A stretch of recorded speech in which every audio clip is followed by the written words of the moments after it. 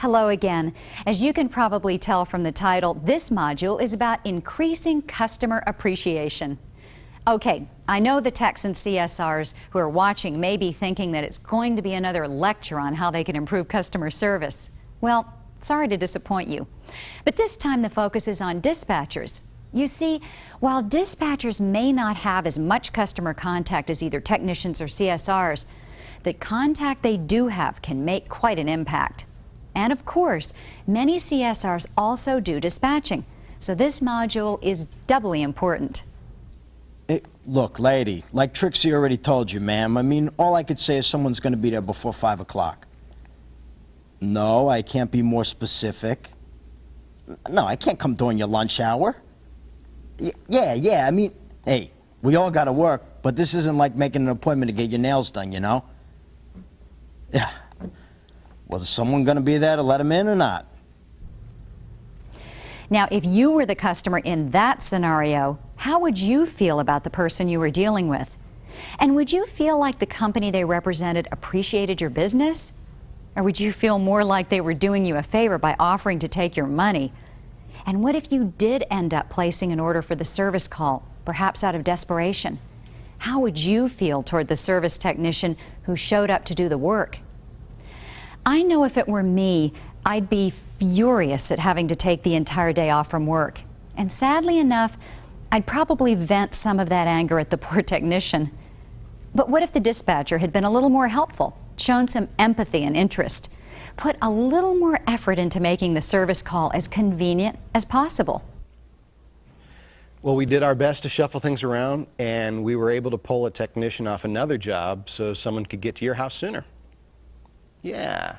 Now, I know you've got to get off to work, so why don't you give me the number there, and then when the technician is ready to come over to your home, I'll have the dispatcher give you a call, so that way you won't have to miss as much time at work. How's that sound? Great. So that was area code. So how would you feel if you were the customer this time? In this second scenario, the customer's perception is probably a lot more positive. In fact, the perception could be that the dispatcher and his company have done the customer a favor, that they provided more than a standard level of customer service.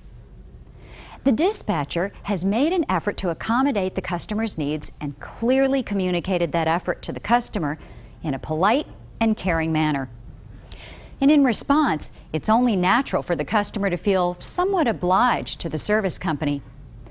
As you read in your workbook, it creates a kind of psychological debit on the customer's side. So, when the service technician arrives to do the work, the customer is much more likely to be pleasant, thankful, and appreciative.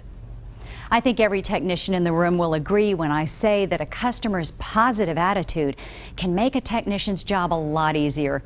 Why? Because a happy customer is a receptive customer. And that means the tech is more likely to maximize the amount of customer service provided and fully satisfy the customer. In an increasingly competitive marketplace, customer satisfaction is paramount to a service shop's long-term success.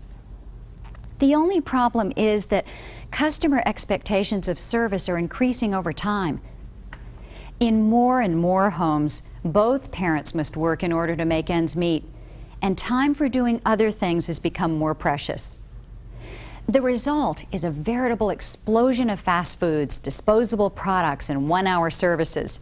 And with these changes, service has become more routine and impersonal. Building value in your shop's service means offering what the other companies don't or won't. No, not just highly developed technical skills and professional service, but a company that understands the customer's problems and makes every effort to solve them. Well, I can understand how you must feel, Mrs. Emery, with your in-laws arriving tonight and no heat during this cold snap. Boy, it's a tough spot to be in. It definitely is. So what I did was some scheduling acrobatics. Yes, you're right. Well, it wasn't easy, but I was able to free up one of our technicians so he can be there this afternoon. Yes. Well, he'll arrive at your door sometime between noon and 3 p.m. Oh, you're very welcome. Well, we definitely appreciate your business, and I'm glad we were able to help. Okay, I hope your in-laws enjoy their stay. Instead of treating the customer like a number, the dispatcher relayed an empathetic sense of urgency. To the customer, this gives the impression that the company cares about its clientele.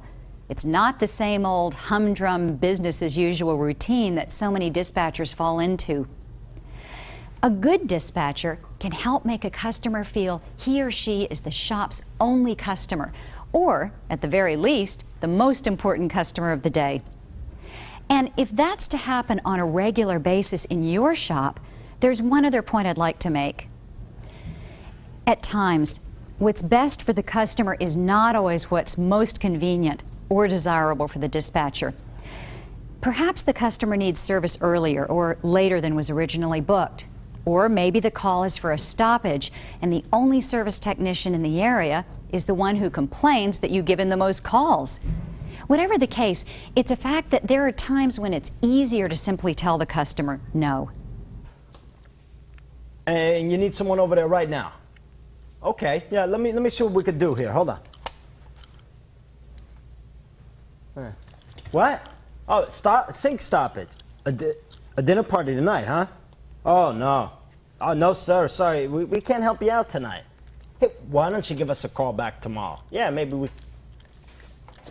Junior, I told you Rocky could handle that call. He's just sitting over there scratching. No, it's a stoppage, all right? You know how Rocky gets about those things. I don't want him yelling at me over the radio. Besides, I mean, to help this guy out with his party? Yeah, right. Like he couldn't wait one day. It's his fault he's not getting our service. Whatever.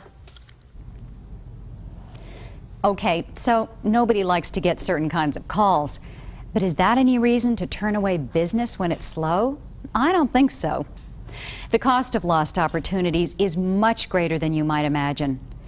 2 blown calls per week per dispatcher at $100 each comes out to over $10,000 a year in lost sales.